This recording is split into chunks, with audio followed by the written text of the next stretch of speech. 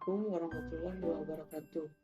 Selamat siang bagi penonton yang telah melihat presentasi ini.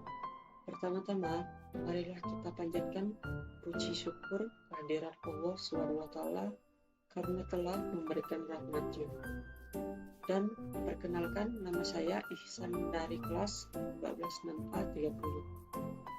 Di sini kelompok saya akan mempresentasikan tentang cybercrime illegal content.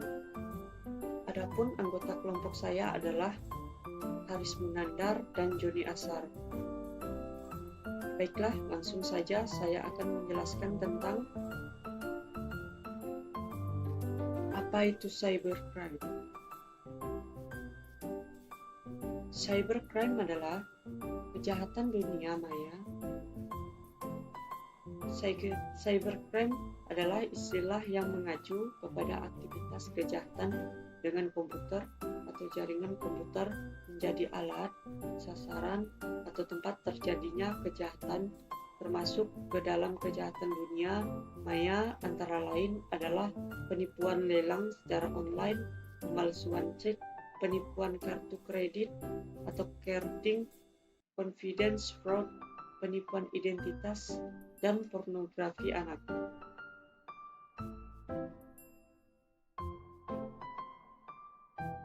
Berikutnya, apa saja sih jenis-jenis cybercrime? Yang pertama, akses ilegal. Akses ilegal adalah membuka atau masuk ke akun orang lain tanpa izin dan dengan sengaja, merupakan suatu tindakan kejahatan di dunia maya. Akun yang telah dibobol pelaku sangat mungkin membuat pemiliknya mengalami kerugian. Misalnya, membuat pemilik akun kehilangan data penting. Yang kedua, menggunakan akun untuk aksi kejahatan, misalnya menipu orang lain dengan memakai nama pemilik akun. Yang kedua, menyebarkan konten illegal content. Konten ilegal adalah konten yang di dalamnya terdapat informasi atau data yang tidak etis, tidak benar, atau melanggar hukum. Ada banyak sekali jenis konten ilegal yang disebarkan di internet. Namun, yang paling sering disebarkan adalah berita hoak dan juga konten yang mengandung unsur porno. Yang ketiga, hacking dan cracking. Sebenarnya hacking mengacu pada kegiatan mempelajari sistem komputer secara mendetail dan meningkatkan kemampuan komputer. Namun, banyak hacker yang menyalahgunakan kemampuannya dengan melakukan kejahatan di dunia maya. Sedangkan cracking adalah tindakan pembajakan terhadap hak milik orang lain. Misalnya pembajakan akun, pembajakan situs website, penyebaran virus, probing, dan lainnya. Yang keempat, pemalsuan data atau data forgery. Ini merupakan tindak kejahatan dunia maya dengan memalsukan data pada dokumen penting yang disimpan sebagai scriptless dokumen di internet. Salah satu praktik pemalsuan data ini misalnya pemalsuan pada situs e-commerce yang dibuat seolah-olah terjadi typo atau salah ketik sehingga menguntungkan pelakunya. Yang kelima, penyalahgunaan kartu kredit atau carding. Carding adalah bentuk kejahatan di dunia maya di mana pelakunya berbelanja dengan menggunakan nomor dan identitas kartu kredit milik orang lain.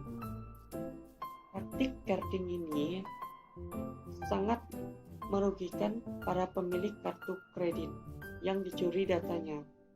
Itulah sebabnya saat ini semua negara sangat ketat dalam mengawasi transaksi kartu kredit, terutama yang melibatkan transaksi luar negeri. Yang keenam, pencurian data. atau data theft. Ini adalah aktivitas mencuri data dari sistem komputer secara ilegal, baik untuk kepentingan sendiri atau dijual kepada pihak lain. Tindakan pencurian data ini sering berujung pada kejahatan penipuan atau fraud secara online. Yang ketujuh, memata-matai, cyber espionage. Ini adalah kejahatan di dunia maya yang memanfaatkan jaringan internet untuk masuk ke sistem jaringan komputer pihak lain untuk memata-matai. Yang kedelapan, cyber squatting. Tindak kejahatan di dunia maya di mana pelakunya mendaftarkan domain dengan nama suatu perusahaan, lalu menjualnya kepada perusahaan tersebut dengan harga tinggi. Yang terakhir, 9. Cyber typo squatting. Cyber crime di mana pelakunya meniru atau mengklon situs website pihak lain dengan tujuan untuk melakukan penipuan atau berita bohong kepada masyarakat. Berikutnya saya akan menjelaskan apa itu cyber law. Cyber law yaitu hukum yang mengatur aktivitas di dunia maya, kejahatan dunia maya melalui jaringan internet. Cyber law adalah aspek hukum yang istilahnya berasal dari cyberspace law, yang ruang lingkupnya meliputi setiap aspek yang berhubungan dengan orang perorangan atau subjek hukum yang menggunakan dan memanfaatkan teknologi internet yang dimulai pada saat mulai online dan memasuki cyberspace atau dunia maya. Istilah hukum cyber berasal dari cyber law yang saat ini secara internasional digunakan untuk istilah hukum yang terkait dengan pemanfaatan teknologi informasi. Istilah lain yang juga digunakan adalah hukum teknologi informasi, Law of Information Technology. Hukum dunia maya, Virtual World Law, dan hukum mayantara. Secara akademis, terminologi cyber law belum menjadi terminologi yang umum. Terminologi lain untuk tujuan yang sama seperti the law of the internet, law on and the information superhighway, information technology law, the law of information, lab informatika, dan sebagainya. Itu saja yang bisa saya sampaikan. Berikutnya akan dijelaskan oleh teman saya, Haris Munandar. Assalamualaikum warahmatullahi wabarakatuh. Nama saya Haris Munandar, NIM 12190275. Saya akan melanjutkan presentasi dari Ihsan Anzari. Apa sih illegal content? Illegal content adalah di mana kejahatan ini dilakukan dengan cara memasukkan data atau informasi ke dalam jaringan internet tentang semua hal yang tidak benar, tidak etis, dan dapat melanggar hukum atau ketertiban umum. Perbuatan tersebut misalnya pemuatan berita bohong, fitnah, pornografi, pembocoran rahasia negara, agitasi, dan propaganda untuk melawan pemerintah yang sah. Unsur utama pada kejahatan ini adalah pada isi data yang dimasukkan ke dalam jaringan komputer. Apa sih contoh kasus illegal content? Contoh kasus illegal content seperti pencemaran nama baik, di mana pencemaran nama baik ini dilakukan dengan cara memanfaatkan teknologi informasi dengan cara lisan maupun dengan cara tertulis. Pencemaran nama baik dengan memanfaatkan teknologi informasi menggunakan lisan biasanya dilakukan dengan melalui telepon atau pesan suara yang mana dimaksud untuk penyerangan nama baik seseorang. Pencemaran nama baik menggunakan teknologi informasi dilakukan secara tertulis, dilakukan dengan cara membuat lisan ataupun gambar berupa dokumen elektronik dengan maksud untuk menyerang kehormatan atau nama baik orang lain. Pelaku dalam kasus illegal content: pelaku yang menyebarkan informasi elektronik atau dokumen elektronik yang bermuatan illegal content baik perseorangan atau badan hukum sesuai isi pasal 1 angka 2 UU ITE bahwa orang adalah orang perorangan baik warga negara Indonesia maupun warga negara asing atau badan hukum. Keberadaan badan hukum diperjelas kembali dalam pasal 52 ayat 4 UU ITE bahwa korporasi yang melakukan perbuatan sebagaimana dimaksud dalam pasal 27 sampai pasal 37 UU ITE, termasuk menyebarkan informasi elektronik atau dokumen elektronik yang bermuatan ilegal. Konten dikenakan pemberatan pidana pokok ditambah 2/3. Sekian, terima kasih. Selanjutnya akan dilanjutkan teman saya bernama Joni Ashar.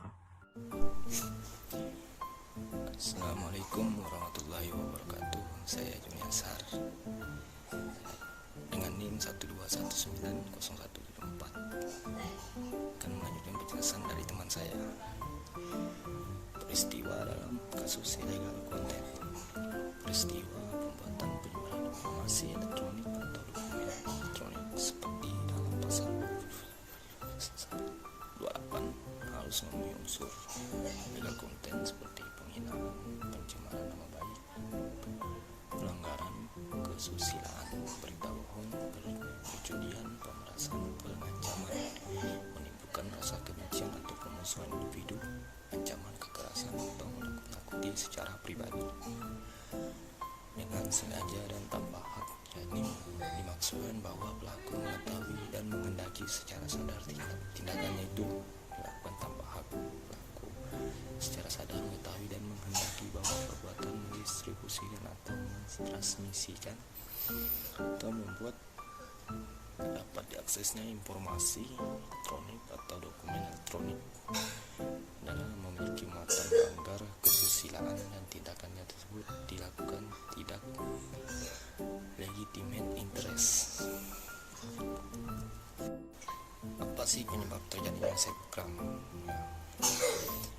Pertama, akses internet yang tidak terbatas. Dua, kelalaian pengguna komputer. Tiga, mudah dilakukan dengan risiko keamanan. Jadi tidak diperlukan peralatan yang super modern. Keempat, para pelaku merupakan orang yang pada umumnya cerdas, mempunyai rasa ingin tahu yang besar, dan fanatik akan teknologi komputer. Kelima, sistem keamanan jaringan yang lemah. Dan yang terakhir, kurangnya perhatian masyarakat. Adapun solusi pencegahan cybercrime illegal content: pertama, tidak memasang gambar yang dapat memancing orang lain untuk merekayasa gambar tersebut sesuka hatinya. Kedua, memproteksi gambar atau foto pribadi dengan sistem yang tidak dapat memungkinkan orang lain mengakses secara leluasa. Tiga, melakukan modernisasi hukum pidana dan hukum pidana nasional beserta hukum acaranya yang diselaraskan dengan konvensi internasional yang terkait dengan kejahatan tersebut. Keempat, meningkatkan sistem pengamanan jaringan komputer nasional sesuai standar internasional. Kelima, meningkatkan pemahaman serta keahlian aparatur penegak hukum mengenai upaya pencegahan, investigasi, dan penuntutan perkara yang berhubungan dengan cybercrime. Yang keenam, meningkatkan kesadaran warga negara mengenai masalah cybercrime serta pentingnya mencegah kejahatan tersebut terjadi. Yang terakhir, meningkatkan kerjasama antara negara baik bilateral maupun multilateral dalam upaya penanganan cybercrime, antara lain melalui penjajian ekstradisi dan mutual assistance treaties yang menempatkan tindakan pidana di bidang telekomunikasi, khususnya internet, sebagai prioritas utama. Sekian, terima kasih. Demikianlah kegiatan presentasi dari kelompok kami. Saya selaku moderator memohon maaf atas segala kesalahan dan kekurangan kelompok kami. Saya ucapkan terima kasih banyak. Assalamualaikum warahmatullahi wabarakatuh.